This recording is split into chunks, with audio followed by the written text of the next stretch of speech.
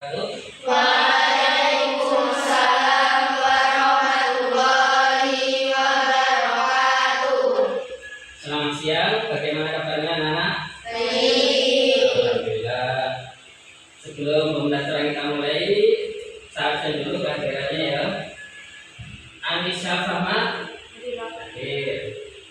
Bila Anastasia, Ika Novi, ada semua ya? Ada yang sakit? Siapa? Danisa sakit. Untuk ketua kelas, silakan memulai pembelajaran hari ini dengan berdoa bersama terlebih dahulu. Bismillahirrahmanirrahim.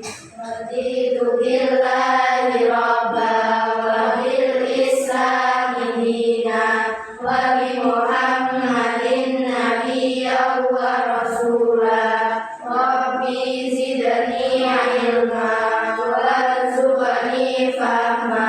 Amin ya rabbal alamin.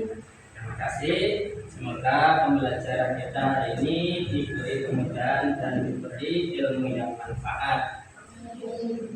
Pada pertemuan yang kemarin, kita telah belajar terkait sejarah kejayaan Islam di dunia. Jadi Islam itu awal mula turunnya adalah di Mekah, di Arab.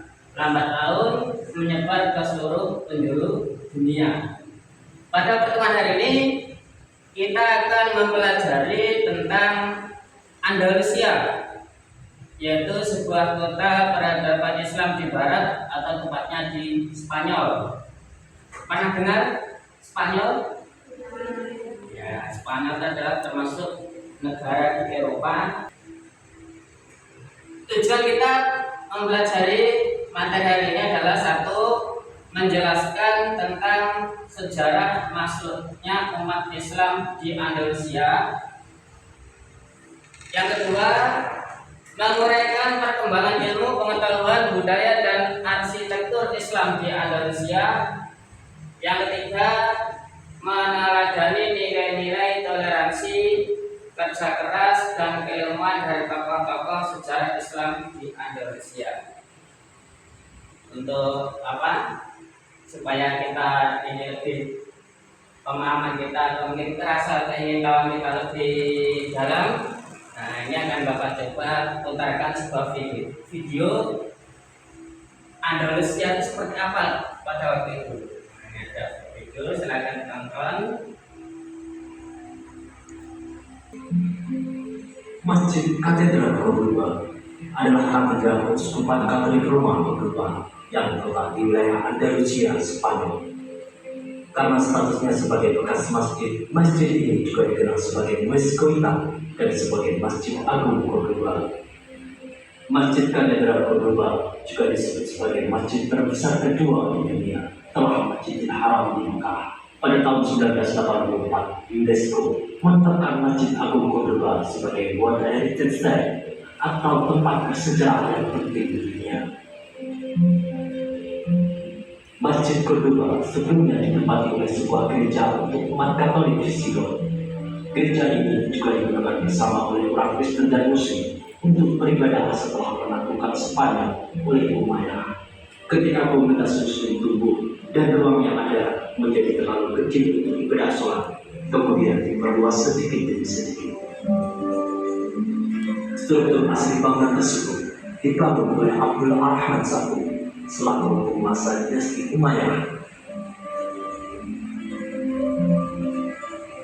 Bangunan tersebut kemudian diperbesar pada abad ke-9 dan ke-10 dan membuat ukuran Masjid Katedral Cordoba lebih besar 2 kali lipat dan membuatnya salah satu bangunan suci terbesar di dunia Islam.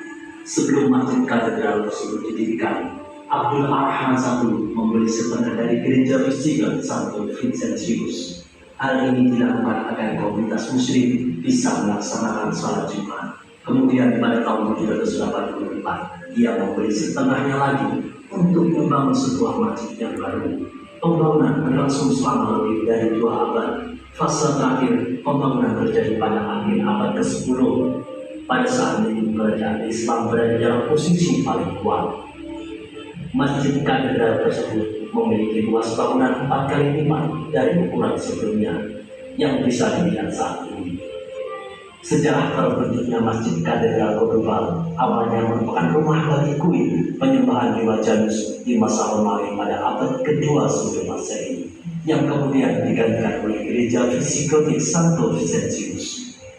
Masjid Katedral Cordoba menurut UNESCO merepresentasikan pencapaian artistik yang unik karena ukuran dan tingginya langit-langit bangunan tersebut.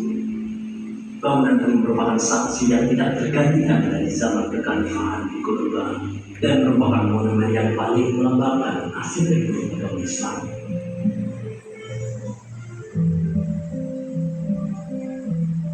Masjid katedral tersebut juga sangat mempengaruhi seni Islam Barat sejak abad ke-8. Gaya arsitektur Masjid Katedral Cordoba menggabungkan banyak sekali nilai artistik timur dan barat. Halaman yang dipenuhi dengan pohon jeruk, palem, cemara, dan air mancur membentuk pintu masuk ke masjid tersebut. Dulunya ini merupakan sebuah tempat menuju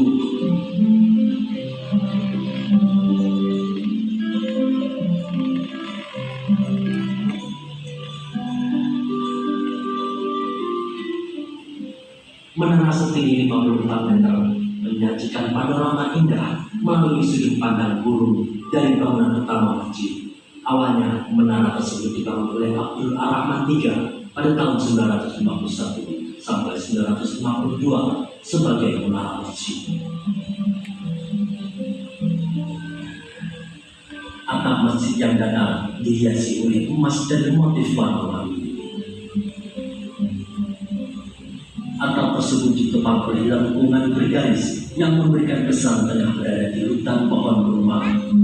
Lengkungan-lengkungan tersebut dulunya bertumpu pada 1293 kolom, namun saat ini hanya tersisa 856 kolom saja.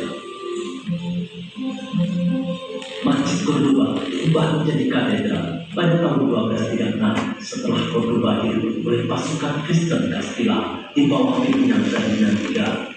Struktur bangunan yang dulunya masjid sedikit mengalami modifikasi hingga sebuah proyek besar bangunan dibangun abad ke-16. Katedral dibangun tersebut membutuhkan waktu hampir 250 tahun. Oleh karena itu, gaya arsitekturnya sangat beragam. Kini, Masjid Katedral ini menjadi destinasi wisata bagi dua agama. Harga tiket masuk ke Masjid Katedral Cordoba mulai dari 11 euro, sekitar 182.000 rupiah per orang. Masjid Katedral Cordoba buka mulai pukul 10 pagi hingga pukul 7 malam. Selain Masjid Katedral Cordoba, Masjid Cristo de la Luz yang terletak di Toledo merupakan masjid yang sudah ada sejak zaman Moor. Masjid tersebut memiliki jejak arsitektur penakluk Muslim abad pertengahan.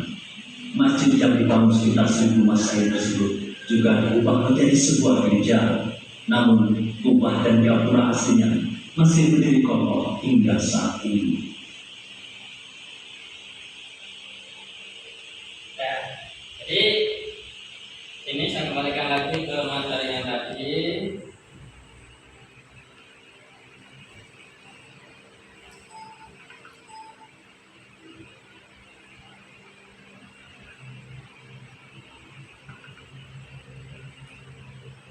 Ya. Dari tampilan video tadi, apa yang sedikit bisa kita ketahui? Yang namanya adalah bahwasannya di Eropa sana dulu ternyata pernah menjadi pusat kebudayaan Islam. Kita lihat dengan berdirinya Masjid Cordoba yang begitu megah. Kemudian setelah mengalami kemunduran kalah dengan Kristen, Masjid Islam, Masjid Cordoba kemudian dijadikan menjadi sebuah gereja. Daripada tujuan kita mempelajari materi ini adalah bagaimana Islam bisa masuk di Andalusia. Ini petanya. Jadi ini adalah peta benua Asia dan benua Eropa. Benua Asia dan benua Eropa. Yang mana untuk benua Asia itu ada keterangan Umayyah 1, itu adalah kekuasaan Bani Umayyah, Khalifah Bani Umayyah di benua Asia. Kemudian di situ ada Umayyah 2, itu adalah wilayah kekuasaan Umayyah di Eropa. Perkembangan wilayah Islam di Bani Umayyah 1 sangat luas, meliputi Afrika Utara, Timur Tengah, sebagian India, Afghanistan, Turkistan, Balukistan, Samarkand, sebagian Romawi dan Andalusia sendiri. Awal mula masuk ke Andalusia ke Spanyol, ini Islam masuk ke Andalusia pada tahun 92 Hijriah. Saat itu Andalusia dikuasai oleh orang-orang Gog. Gog itu nama sebuah kelompok atau sebuah istilahnya suku. Dipimpin oleh Musa bin Nusair sebagai gubernur Afrika Utara, mengirimkan pasukan yang dipimpin oleh Panglima Tariq bin Ziyad pada tahun 710 Masehi untuk melakukan penaklukan ke wilayah ini.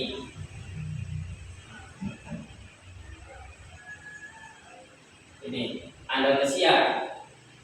Andalusia ini adalah sekarang menjadi wilayah Spanyol dan Portugal.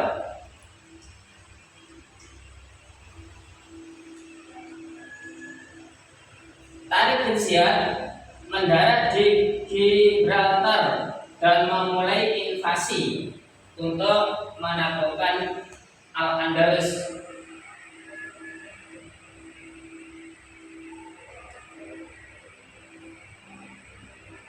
Beliau mengatakan kepada seluruh pasukannya bahwasanya lautan ada di belakang kalian, sedangkan musuh ada di hadapan kalian, dan tidak ada yang tertinggal pada diri kalian kecuali kebenaran dan kesabaran. Intinya maju musuh, mundur laut. Jadi sama-sama pilihannya mati.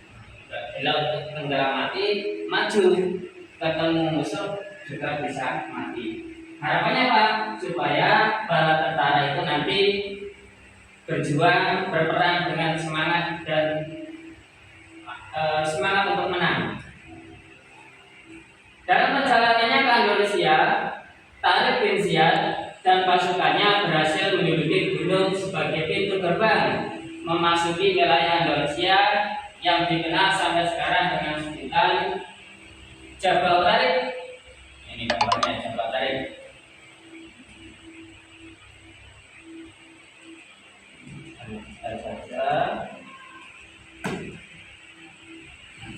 Setelah Islam masuk ke Spanyol, ke Andalusia, ternyata di sana mengalami perkembangan sangat pesat. Ini prosesnya. Penguasaan awal di Andalusia. Pemerintah pusat Damaskus menempatkan seorang wali atau amir atau gubernur di Spanyol. Wali pertamanya adalah anak Musa bin Nusair yang bernama Abdul Aziz di Andalusia. Abdul Aziz menikah dengan Aselon, seorang janda dari Raja Roderick. Jadi di awal tadi ketika terjadi pertempuran antara tentara Tariq melawan suku Gog yang dipimpin oleh Raja Roderick, rajanya meninggal. Akhirnya menyerah, istrinya menjadi janda, kemudian dinikahi oleh Abdul Al-Aziz. Setelah Abdul Al-Aziz wafat, kepemimpinannya dilanjutkan oleh Muhammad bin Yazid sebagai penguasa Afrika Utara dan Spanyol. Kemudian pada tahun 750 Masehi terjadi peristiwa besar di Damaskus, yaitu Bani Umayyah 1 takluk oleh Bani Abbasiyah. Revolusi tersebut berhasil mengakhiri kekuasaan Bani Umayyah yang sudah berkuasa selama 90 tahun. Saat Umayyah 1 jatuh, kalangan Bani Abbasiyah, Abdurrahman At-Tahir atau Abdurrahman bin Muawiyah, cucu dari Khalifah Hisam bin Abdul Malik, pergi ke Andalusia. Sebelum pergi ke sana, ia mengutus budaknya untuk mempelajari situasi dan mengirim surat kepada orang-orang yang berpulang akan mendukungnya. Setelah memperoleh dukungan, ia kemudian pergi ke Andalusia. Ini Abdurrahman At-Tahir atau yang mendapat julukan Raja Wali Quraisy. Beliau adalah yang merintis peradaban Islam di Andalusia atau di Spanyol. Oke, dari sini ada yang perlu ditanyakan? Sudah jelas ya? Oke, terima kasih. Untuk selanjutnya apa itu? Mungkin ada perwakilan satu yang menyimpulkan satu saja dari yang sudah kita bahas hari ini.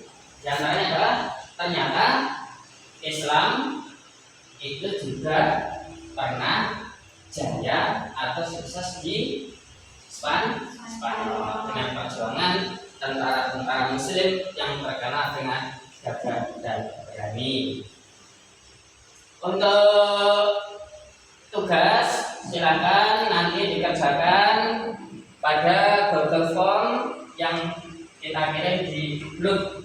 Silakan nanti tugas dan apa itu evaluasi dikerjakan di Google Form, linknya sudah kita kirimkan di Google Form. Untuk mengakhiri pertemuan kita hari ini, kita tutup dengan doa bersama. Silakan ketua kelas untuk memimpin doa penutup. Alhamdulillahirabbil alamin. Alhamdulillahirabbil alamin. Alhamdulillahirabbil alamin. Allahu akbar.